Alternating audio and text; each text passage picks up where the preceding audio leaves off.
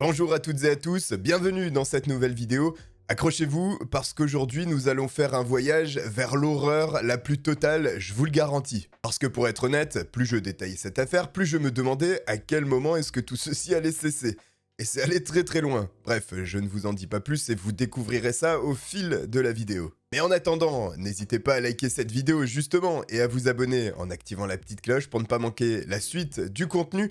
Vous trouverez également en description les liens d'Instagram et de Twitch si vous voulez discuter en direct avec moi. Voici que l'on a fait le tour, alors désormais, mettez votre repas de côté et accrochez-vous.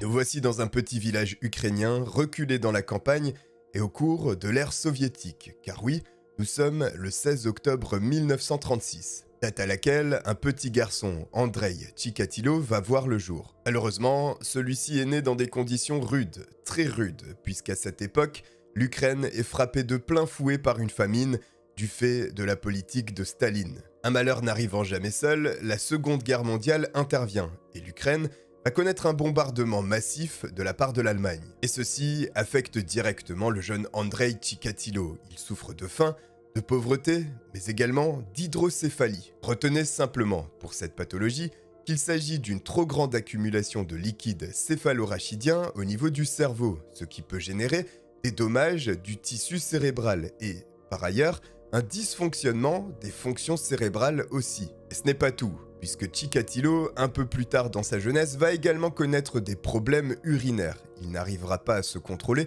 et mouillera à plusieurs reprises son lit. À ce stade, à mon avis, John McDonald a déjà classifié le bonhomme. Bon, il faut quand même noter que ces problèmes d'hydrocéphalie et urinaire sont un poids constant pour le jeune Andrei Chikatilo. Car en effet, plus tard dans sa vie, Chikatilo va connaître de graves problèmes d'érection et vous le verrez, cela aura un impact. Mais souvenez-vous, je vous parlais de Seconde Guerre mondiale, et le père de la famille n'a pas échappé à l'appel national, et il a dû se rendre sur le front. Mais il est rapidement capturé, et fait prisonnier par l'armée allemande, sans avoir démontré le moindre signe de courage. Et cette lâcheté va être la source de brimade envers le petit Andrei Chikatilo. Que ce soit à l'école, ou par des personnes extérieures, il est considéré comme le fils d'un ennemi à la nation, d'un traître. Pourtant, ni le père ni la mère d'Andrei Chikatilo n'ont été formés pour la guerre, les deux étant des ouvriers agricoles en réalité. Le souci, c'est qu'en URSS, à cette époque, être ouvrier agricole signifie que vous n'obtenez pas de salaire. Le seul moyen pour vous nourrir est de cultiver votre terre. Et vous le savez désormais, une famine destructrice s'est abattue sur le bloc soviétique. Et la famille Chikatilo n'y échappe pas, ils n'ont absolument rien à manger. Ce qui signifie que lors de leur repas, il se peut, et cela arrive très souvent, qu'ils doivent se contenter d'herbes et de feuilles. Andrei, quant à lui, n'a jamais connu le goût du pain avant l'âge de ses 12 ans, ce qui est absolument incroyable, et fréquemment, il se rendait à l'école avec le ventre gonflé par le manque de nourriture. Si à cet instant je m'arrêtais et je vous disais que l'enfance d'Andrei Chikatilo était horrible, vous acquiescerez et vous essayerez même peut-être de trouver un adjectif plus fort. Mais je ne m'arrête pas là, et je continue. Puisque le petit Andrei avait un frère, qui s'appelait Stepan.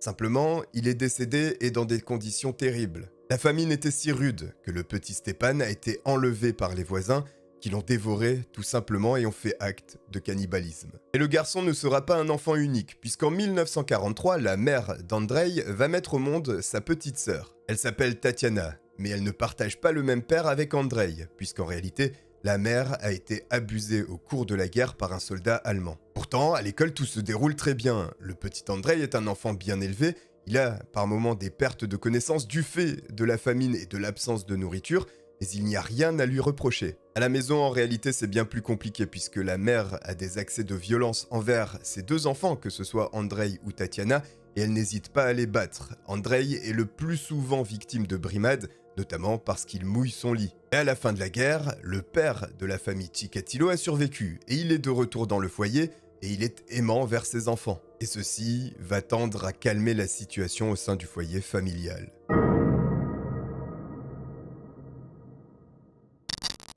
Avec une enfance aussi tumultueuse, il serait légitime de penser que l'avenir d'Andrei Chikatilo pourrait être rempli de troubles. Mais à son adolescence, en apparence, ce n'est pas le cas. L'adolescent est rédacteur du journal de son école, il est président du Parti communiste des élèves et organise plusieurs marches politiques. Il semble tout à fait avoir une vie normale. Et c'est à l'âge de 15 ans qu'il va connaître sa première expérience sexuelle. Alors qu'une amie de sa sœur, âgée de 13 ans, se trouve à la maison, Andrei est là à l'observer. Il la regarde un long moment, de haut en bas, et les pulsions sexuelles commencent à monter en lui. Lorsque soudainement, il se jette sur elle, la jeune fille est en train de se débattre, lorsqu'Andrei va éjaculer. Voici la première expérience sexuelle d'Andrei Chikatilo. Et il la vit comme une humiliation suprême. Se sentant complètement honteux, il se fait la promesse de ne plus avoir de rapport jusqu'à son mariage afin de rester pur pour ce jour. C'est ainsi qu'au cours des années suivantes, Andrei va prendre la décision de se concentrer à 100% sur ses études. Le parcours scolaire du jeune homme, malgré sa vie personnelle chaotique, est très bon. Il a d'excellentes notes au point qu'il se permet de viser l'université de Moscou pour continuer son cursus. Bien entendu, il s'agit là de l'une des plus prestigieuses universités du pays, si ce n'est la plus prestigieuse. Vous comprenez dès lors que l'accès à cet établissement n'est pas aussi aisé, et pour avoir l'honneur de l'intégrer, il faut réussir un examen d'entrée. Malheureusement, Andrei va échouer, et il ne pourra jamais réaliser son rêve d'intégrer l'université de Moscou. En revanche, il a un plan B, et ce plan B, c'est d'intégrer l'armée soviétique. Il réalisera donc, à partir de l'année 1957, 3 ans de service au sein de l'armée rouge. À la fin de son service, Andrei restera habité du côté russe, mais se rapprochera de la frontière ukrainienne, puisqu'il habitera dans un village à une trentaine de kilomètres de la ville de Rostov. Le jeune homme a des ambitions, et il trouve rapidement un emploi d'ingénieur téléphonique, ce qui lui procure une très bonne situation, et pour la première fois, il dispose de son propre logement avec de l'électricité, de l'eau courante et même des toilettes. La situation est si favorable qu'Andrei va même rapatrier sa famille. Ils vont vivre tous ensemble, mais au bout de 3 années, Tatiana, la sœur d'Andrei, se rend compte que celui-ci ne fait pas de rencontres avec les femmes, et elle s'inquiète pour l'avenir de son frère qui désormais a 27 ans. Elle sait pertinemment que son frère est atteint de timidité chronique et qu'il n'arrive pas à créer de relations avec d'autres femmes. Elle prend ainsi les devants et lui présente une amie à elle. En 1963, Fania, une jeune, belle et grande femme, est présentée à Andrei. Mais leur première rencontre va être pour le moins compliquée, et notamment du fait de la timidité d'Andrei, qui n'arrive pas à regarder Fania droit dans les yeux et n'ose même pas prononcer son nom. Ah, on est loin des crush Tinder avec la fameuse question « Tu fais quoi ce soir ?» Mais ceci n'empêche pas la magie d'opérer, car Fania trouve attirant Andrei. En effet, elle le trouve différent des hommes qu'elle côtoie habituellement et qui ont des graves problèmes d'alcool et ne la respectent pas. C'est donc en 1963 que Fania et Andrei vont se marier, sans avoir eu auparavant de rapport sexuel puisque, souvenez-vous, Andrei avait décidé de rester pur jusqu'à son mariage. Et voici que le jour fatidique arrive et malheureusement, les troubles de l'érection de l'homme se réveillent. Le couple a de grandes difficultés à consommer le mariage, néanmoins, ils vont tout de même avoir 2 enfants. Comment est-ce que c'est possible ? Laissez-moi vous l'expliquer. Ok, comment je vais raconter ça ? Andrei, étant incapable d'inséminer directement sa semence dans le corps de sa femme, il va tout simplement la pousser avec ses doigts et c'est ainsi que 2 enfants vont naître. Je vous avais dit de pas manger. Le couple que forment Fania et Andrei est heureux, ils ont une famille, et l'homme va décider de changer de carrière. Il souhaite devenir instituteur. C'est ainsi qu'en 1971, après avoir réalisé de nouvelles études en littérature et dans d'autres domaines, il intègre enfin une école en tant qu'instituteur, ce qu'il souhaitait. Il trouve un poste de professeur dans une petite école de Rostov. Malheureusement, vous allez voir que même s'il est talentueux dans les études, en tant qu'instituteur, c'est une autre affaire. Andrei est incapable de gérer le public qu'il a en face de lui, d'une part à cause de sa timidité, et d'autre part parce qu'il ne se fait pas respecter et n'a absolument aucun charisme. Finalement, les élèves en face de lui prennent le dessus. Il n'a absolument aucun contrôle sur eux et il se moque constamment de lui, ce qui va générer également des brimades et des moqueries de la part de ses collègues enseignants. Et le plus dangereux dans la présence d'Andrei au sein d'un établissement scolaire est que ce dernier se sent de plus en plus attiré sexuellement par les petites filles. Une atmosphère malsaine émane des salles de classe d'Andrei, où celui-ci s'approche trop près des petites filles. Celui-ci n'hésite pas non plus à entrer dans le dortoir des filles. Certaines seront molestées et d'autres abusées sexuellement. Mais l'école ne va réagir qu'au bout de 3 ans, puisque c'est après cette période qu'il sera licencié. Et malgré ses plaintes, il n'y aura pas de poursuite auprès d'Andrei, parce que c'est un enseignant, et au sein du bloc soviétique, un enseignant ne fait pas ce genre de choses. C'est donc mis sous le tapis, et il passe à un autre établissement. L'homme écumera les nombreux établissements scolaires de la région de Rostov. Il sera à chaque fois licencié, bien qu'en apparence ce soit des démissions.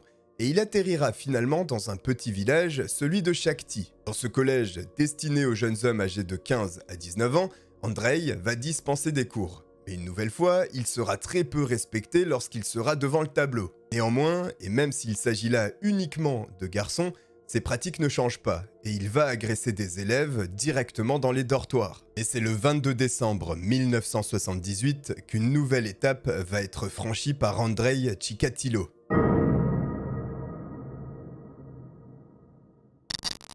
Yelena Zakotnova, une jeune fille âgée de seulement 9 ans, est restée plus tard que prévu chez l'un de ses amis, et elle décide finalement de rentrer chez elle à pied. Lorsqu'elle croise la route d'Andrei qui traîne dans la rue, celui-ci s'approche de Yelena et entame une discussion avec elle. Il finit par comprendre que la jeune fille a besoin d'aller aux toilettes. Il lui propose donc qu'elle vienne chez lui pour satisfaire ses besoins. Et Yelena, à peine a-t-elle franchi le pas de la porte de l'appartement d'Andrei qu'elle est frappée à la tête. Dans une attaque frénétique, l'homme se jette sur la jeune fille, l'agresse sexuellement puis la poignarde. Le corps mutilé de la fillette est retrouvé 2 jours plus tard dans un cours d'eau. La jeune fille âgée de 9 ans n'avait absolument aucune chance dès lors qu'elle a commencé à se débattre, puisque ce comportement a éveillé les pulsions sexuelles les plus enfouies chez Andrei. Pourtant, à l'instar des agressions commises au sein des établissements scolaires et qui étaient connues des directeurs de ces établissements, il y a là une chance d'arrêter Andrei, car des témoins affirment que la dernière fois que Yelena a été vue vivante,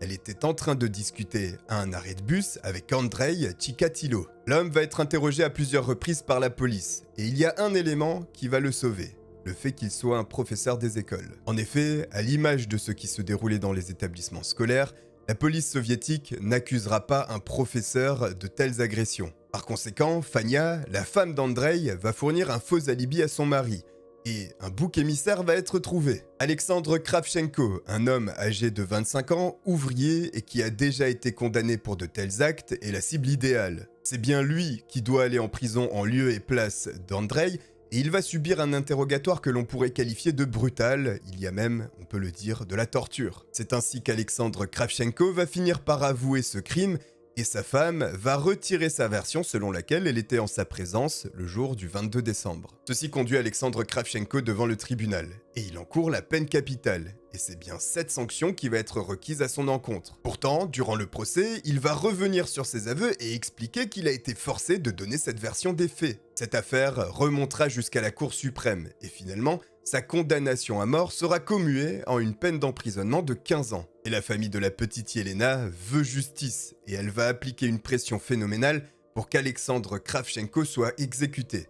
Et en 1984, ceci va se produire. Bon, cette affaire va tout de même affecter Andrei, puisqu'elle est remontée aux oreilles de l'ensemble des directeurs d'établissement, et il est hors de question que désormais, ils acceptent cet individu chez eux. Ceci conduit Andrei à trouver un autre emploi, il n'est plus en capacité d'enseigner à présent. Et c'est tant mieux, même si vous allez voir que ça va pas l'arrêter. Andrei est désormais employé en tant que commis aux fournitures en matières premières dans une usine locale. Et même si l'enseignement est plus prestigieux, ce type d'emploi semble bien plus adapté à Andrei. Un appartement lui est fourni, il travaille la plupart du temps seul, et il y a des déplacements aussi. L'inconvénient, c'est que ces conditions favorisent également la planification d'autres meurtres. Néanmoins, 3 ans durant, Andrei restera calme jusqu'à l'année 1981. Alors qu'il est en voyage d'affaires, il va croiser une jeune femme âgée de 17 ans, Larissa Tkachenko. Venant d'un milieu défavorisé, celle-ci va accepter de suivre Andrei, qui lui propose d'aller boire et manger. Mais vous l'avez compris, ses plans sont bien éloignés de ce qu'a en réalité à l'esprit Andrei.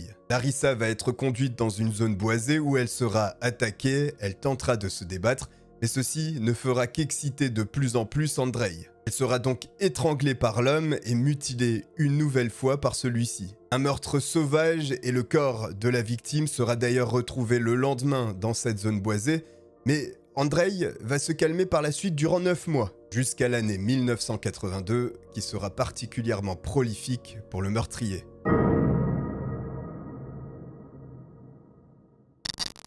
Le 12 juin 1982, une jeune adolescente âgée de 13 ans est en train de faire des courses pour sa mère. Malheureusement, Andrei Chikatilo, qui est en voyage d'affaires, va croiser sa route.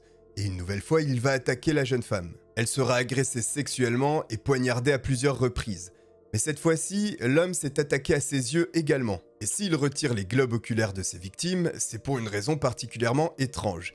Il pense que, dans les yeux, se trouve la dernière image que la victime a vue, autrement dit, sa personne. Et ce serait donc, pour éviter d'être arrêté, qu'il s'attaquerait violemment aux yeux des victimes. Le corps en état de décomposition avancée sera retrouvé 2 semaines plus tard, sans qu'aucun suspect ne puisse être identifié. Et ce meurtre n'est que le premier d'une longue série, car Andrei va véritablement se déchaîner, et ce sont 6 autres cadavres qui seront retrouvés par la suite. Mais il n'y aura pas exclusivement des filles. Les garçons aussi auront été victimes d'Andrei Chikatilo. Et les crimes sont de plus en plus horribles. Il ne se contente plus de simplement poignarder ses victimes pour les tuer. Il les fait souffrir, et il les fait souffrir de longs moments. Car plus l'acte est violent, plus ses pulsions sexuelles l'excitent et le mettent en transe. La plupart des victimes sont fustigées de plus d'une trentaine de coups de couteau.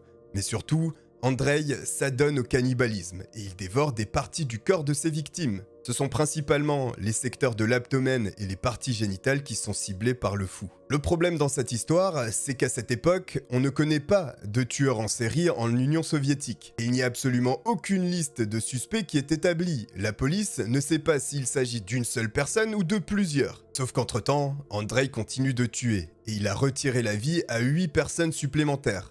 En plus de ça, il est en train de parfaire son procédé. Il ne s'attaque désormais plus qu'à des prostituées ou des sans-abri, parce qu'il sait pertinemment, et par expérience, que leurs disparitions seront bien moins préoccupantes qu'une jeune fille de 9 ans avec une famille derrière. Et le nombre de victimes, s'élevant à 17 désormais, avec des enfants au sein de cette liste, commence à préoccuper Moscou, qui va envoyer des enquêteurs spéciaux. Parmi eux se trouve le major Mikhail Fetisov, et il va étudier le modus operandi d'Andrei. Il va vite saisir qu'effectivement, ils ont affaire à un tueur en série, notamment avec cette particularité que l'on retrouve sur tous les cadavres, les yeux manquants. Moscou a du mal à accepter la théorie du tueur en série. Le tueur en série, normalement, c'est quelque chose qu'on retrouve chez les Américains. C'est fou, là-bas, de l'autre côté de l'Atlantique. D'autant plus que pour l'instant, il n'y a toujours pas de suspect. Mais Andrei, lui, ne s'arrête pas et il continue de tuer. Il bénéficie toujours de cette image apparente d'un couple qui va bien avec sa femme Fania et il est toujours en déplacement. Et en 1984, au début de l'année, il va commettre 2 crimes. L'un sur une jeune femme de 17 ans qui était une prostituée et l'autre également sur une prostituée âgée de 44 ans.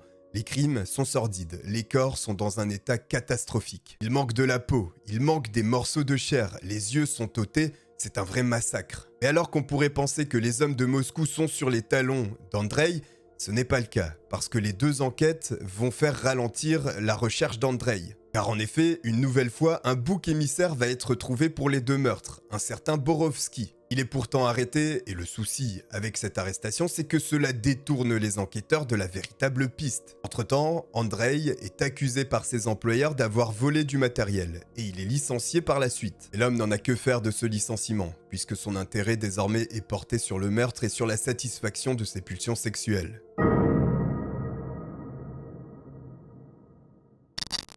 Le 24 mars 1984, c'est un jeune garçon de 10 ans qui va être sauvagement mutilé et assassiné par Andrei. Et une nouvelle fois, le corps qui est retrouvé 3 jours plus tard dans un état lamentable ne contient plus les yeux. Et cette fois-ci, l'équipe de Moscou, avec Mikhail Fetisov à sa tête, accompagné de Viktor Burakov, un analyste médico-légal, vont faire des découvertes. Et notamment, un fluide corporel est retrouvé sur la victime, du sperme qui va être analysé. Mais en attendant, Andrei sévit toujours et ce sont, en 1984, pas moins de 15 victimes qui sont retrouvées. Mais un jour, Andrei est arrêté dans une gare. 2 policiers qui le suspectent et qui sont en train de l'observer remarquent qu'il aborde des jeunes femmes. Et le profil semble coller avec celui de la description de témoins d'affaires précédentes. Andrei est donc conduit au poste de police et ils tiennent le meurtrier en série. Simplement pour s'en assurer, ils vont prélever de l'ADN au niveau de sa bouche pour le comparer avec celui du fluide corporel qui avait été retrouvé sur la victime de 10 ans. Simplement,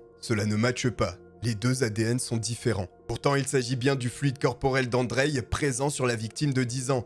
Et sa salive est bien celle de sa bouche, il n'y a pas eu d'erreur. En réalité, ceci s'explique parce que l'ADN du sperme d'Andrei Chikatilo est différent de celui de son sang et de sa salive. C'est un cas extrêmement rare, mais cela existe et à l'époque, on l'ignorait. ce qui signifie qu'Andrei est relâché et n'est pas inculpé, alors même que la police détenait dans ses locaux le meurtrier en série qui a déjà commis plus de 30 assassinats. Désormais, lavé de tout soupçon, ce fou va s'en donner à cœur joie. Et pour brouiller un peu plus les pistes et perdre les enquêteurs, il va légèrement changer son mode opératoire. Il ne chasse désormais plus dans les centres de transport et s'éloigne complètement de la région de Rostov. Et entre 1985 et 1990, il va ajouter 19 victimes à son compteur. Des femmes, des fillettes, des garçons, ils sont tous violemment assassinés, mutilés, avec les yeux retirés. La situation ne peut plus durer. Fetisov et Burakov vont faire appel à un psychiatre du nom de Bukhanovsky, une sorte de profiler qui va éditer un profil de la personne recherchée.